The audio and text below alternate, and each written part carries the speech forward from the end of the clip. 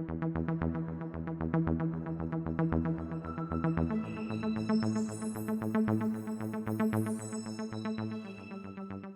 afternoon, and thank you for joining us on ABC50 Now Live. I'm Isabella Colello. And I'm Delaney Keppner with a look at our weather. Temperatures will remain in the 60s this evening, and we will get some rain overnight with lows in the 50s. Tomorrow will be a rainy day with temperatures in the low 60s, but we do have a dry weekend ahead. Friday will be mild with temperatures remaining in the 60s before warming up into the 70s for Saturday and Sunday. We are expecting the rain to return on Monday and clear up for Tuesday, making most of next week dry and warm. Our full 7-day forecast and up-to-date weather alerts are available online on informnny.com. Now, let's take a look at the latest North Country news. 10th Mountain Division soldiers will now be required to abide by a new cell phone policy, limiting the use of personal phones during duty hours. The policy will also prohibit work-related text outside of work hours and restrict topics in group text and chats. Major General Beagle said the policy is not a ban on cell phones or an approach to limit personal freedoms, but instead is meant to increase predictability, prevent stress, and encourage leaders to communicate timely and more effectively. Exceptions to the policy can be made by the most senior ranking members of a meeting for emergency circumstances, and the policy does not apply to official government cell phones. Major General Beagle said leaders owe it to their soldiers to provide good leadership, training, and predictability without the overuse and reliance on cell phones binding soldiers to their phones for information. Governor Hochul signed a 10-bill package into legislation on Monday to establish stricter gun control laws throughout New York State.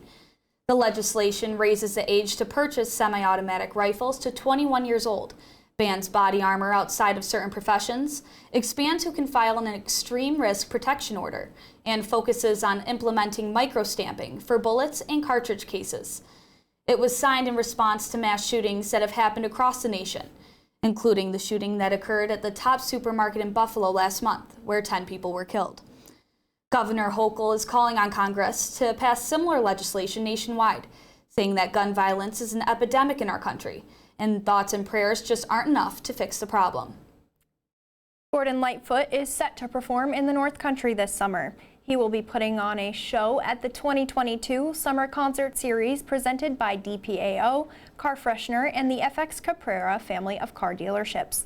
The country music legend is known for 21 albums and top songs like If You Could Read My Mind and Sundown. Lightfoot has been decorated with the highest honors bestowed to a civilian in Canada, including the Governor's General Award and the companion to the Order of Canada Honor of Merit. He has also received 5 Grammy nominations and was inducted into the Songwriters Hall of Fame in 2012. The show will take place on July 16th at the Watertown High School Auditorium, and tickets will go on sale this Friday at 10 a.m. You can find more information on the DPAO's website. The Jefferson Community College Board of Trustees has unanimously appointed a new administrator in charge. Dr. Daniel Dupee officially took over leadership of the college on June 2nd, as JCC's current president, Dr. Ty Stone, transitions to her new role at Cleveland State Community College in Tennessee. Dupee has been an employee at JCC for 14 years, serving the college in his most recent role as Executive Vice President for Administration, Finance, and Enrollment. He has also been the college's Chief Diversity Officer since 2016. He's the current president of the New York State Community College Business Officials Association and has completed several leadership programs over the course of his career. JCC's Board of Trustees will conduct a search for the college's 7th president over the course of the coming academic year. A new legal requirement to combat invasive species goes into effect across New York State today. Through recent changes to the state's environmental conservation law, motorized boaters in the Adirondacks will be required to obtain certification that they have inspected and removed aquatic invasive species before launching. Watercraft users can obtain inspection certificates from a boat steward at inspection stations near public water bodies. Boat stewards will be stationed at popular boat launches across the Adirondack region and can be identified by their blue vests. Boaters can also follow clean, drain, dry steps on their own and complete a self-issued certificate on DEC's website before launching. The requirement applies to all water in and immediately near the Adirondack Forest Preserve. DEC Commissioner Basil Seagos said the new effort will help prevent the spread of potentially harmful invasive species in the Adirondack Park. And boat stewards intercepted more than 14,000 plants and animals last year that could have started new infestations. St. Lawrence University has received a donation that will benefit the campus's mental health services. The donation was made by Jan Egbers, the parent of a 2021 graduate of the university. The purpose of the $1.5 million gift is to provide financing that supports health and counseling services, with a focus on the emotional well-being of student athletes. The fund will honor retiring longtime head golf coach Mary Lawrence, recognizing the positive impact she had on student athletes. Egbers said Lawrence helped her son through challenging times and stressed the importance of the relationship between athletes and coaches. Lawrence served as the head coach of the men's and women's programs for 23 years and built both programs into highly competitive teams. And according to the college, she emphasizes the health of each student athlete. The donation will help provide dedicated resources to support counseling at St. Lawrence University. And before we hear about the Nature Center on Wellesley Island upcoming auction, let's take a look at events happening throughout the North Country with this week's Community Bulletin Board. The 30th Annual Thousand Islands Bluegrass Festival will be held from June 9th until June 11th at the Coyote Moon Vineyard in Clayton. For more information, call 315-778-0320. The Stephen L. Rich Memorial Fishing Derby will be held on Sunday, June 12th at the Watertown Sportsman's Pond on Dry Hill Road. The derby is open to children's ages 4 through 14. The Dexter Historical Society will celebrate the last station groundbreaking on Sunday, June 12th in Dexter. All are invited to attend. St. Mary's Church in Canton will host a chicken barbecue on Sunday, June 12th, beginning at 10:30 a.m. The drive-thru will be at the corner of Court Street and Power Street. First come, first serve. Do you have an event you'd like to share with the community? Share it with us. Submit your event by going to our website, informnny.com. Then click on Community, then Community Events, and explain the event. ABC50 will then share your event with the North Country community. Well, if you've never been to the Nature Center over on Wellesley Island, you're missing out. And so first we want to just talk about what it is that's going on at the Nature Center. What can folks expect to see if they've never been there before? Well, the Nature Center is, what's new really is the last 3 years we put in all new displays, interactive displays, to teach about local nature and the environment and how to preserve the environment. But we're doing a lot of different fundraising. I work with the Friends of the Nature Center. I'm the board president there.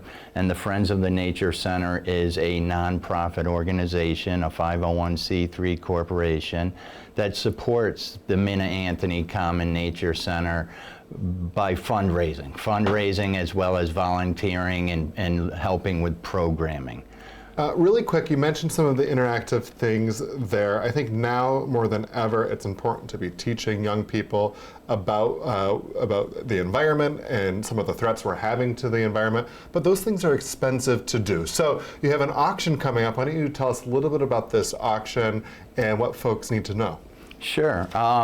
This is our second annual Facebook auction with our good friend Don Peck, auctioneer.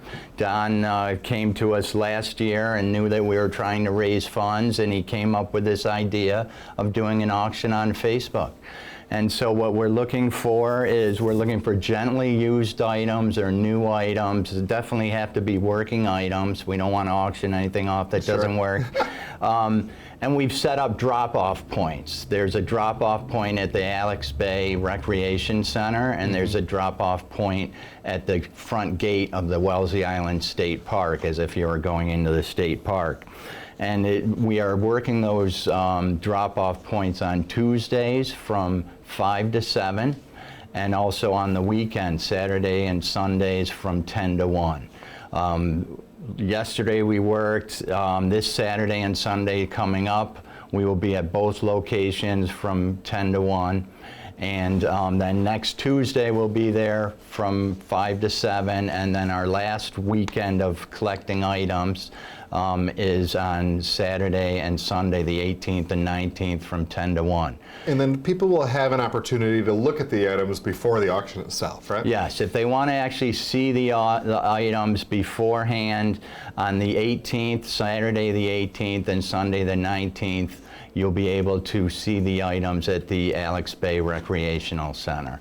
And also Don Peck will be putting on Facebook the day before a video of some of the items. I have to tell you, one of my dream jobs I've always wanted to have was being one of those people on QVC, so it sounds like Don's going to be one of the QVC people selling the items right on Facebook. You don't have to leave your living room to go shopping. How wonderful is that? So how do folks log into the auction?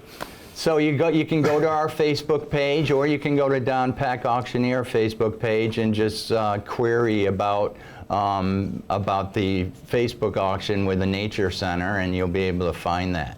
But you can go to our website, macnaturecenter.com, or our Facebook page and get information. It's great. We've got some great items this year. Our largest item, or our biggest item this year, is a 1979 Penyan boat, 22-foot. Cool. Great shape. We're going to launch it tomorrow and make sure everything's working right. But looking forward to that. We have some antique tables, bird's eye maple tables, all kinds of different items. And Don is just amazing. Last year, it was really my first Facebook auction. I was part of it. I was helping that night, and it was just amazing to see Don Peck. He's out of Governor, and he's a great auctioneer. So lots of great items for an even better cause. We'll link to all of this on our website as well, which is informnny.com. We'll go ahead and send that back now to Izzy and Delaney. Thanks so much. Thank you. Thank you, Andy and Alex, and thank you so much for watching ABC50 Now Live. Join us weekly on Wednesdays at 3 p.m. on informnny.com for the latest North Country news, events, and weather updates. The Father's Day sweepstakes ends next week, so don't forget to enter for your chance to win a $400 prize pack just in time to celebrate. To enter, simply go to our website, informnny.com, and click on the Contest tab. And while you're here, you can also subscribe to our daily newsletter for local news delivered right to your inbox every morning. And you can continue to stay up to date by tuning into News Channel 9 on ABC50 for a full hour of news, weather, and sports every weekday at 5:30 p.m. With ABC50 Now, I'm Isabella Colello. And I'm Delaney Keppner. We'll see you again next week.